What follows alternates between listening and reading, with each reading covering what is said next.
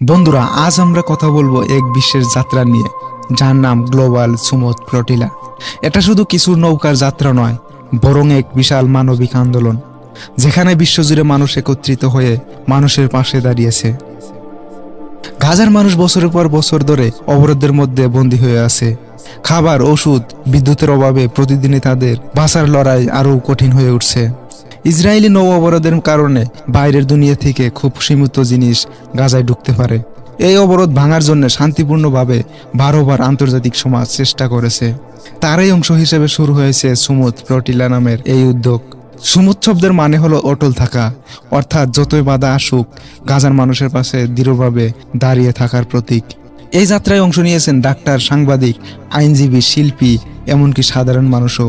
তারা কোনো অস্ত্র হাতে নেয়নি, তাদের হাতে ছিল শুধু মানবতার পতাকা। স্পেন, ইতালি, তিউনিসিয়া, গ্রিস এমন অনেক দেশ থেকে নৌকা ছেড়ে এসেছে গাজার উদ্দেশ্যে। তাদের লক্ষ্য ছিল গাজার মানুষকে সরাসরি সাহায্য পৌঁছে দেওয়া এবং বিশ্বকে দেখানো যে মানবতা কখনো সীমান্ত মানে না।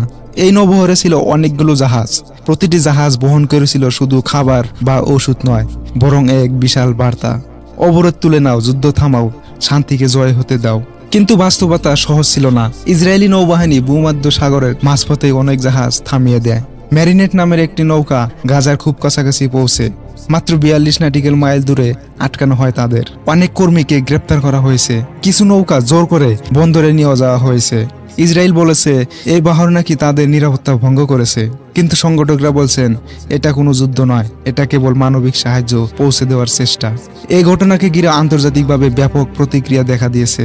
মানবাধিকার সংগঠনগুলো বলেছে গাজায় মানুষ যখন অনাহারে, ওষুধের অভাবে কষ্ট পাচ্ছে, তখন তাদের কাছে সাহায্য পৌঁছানো মানবিক অধিকার। বিশ্বের বিভিন্ন দেশে রাস্তায় নেমে মানুষ এই অভিযানের সমর্থনে বিক্ষোভ করেছে। তারা বলেছে যদি অস্ত্র গাজার দিকে পৌঁছতে পারে, তাহলে মানবতার নৌকা কেন পৌঁছাতে পারবে না? বন্ধুরা, সুমুদ ফ্লোটিলা হয়তো গাজা পৌঁছাতে পারেনি, কিন্তু এর আসল শক্তি হলো এর বার্তা। এটা প্রমাণ করেছে মানবতা কখনো নীরব থাকে না।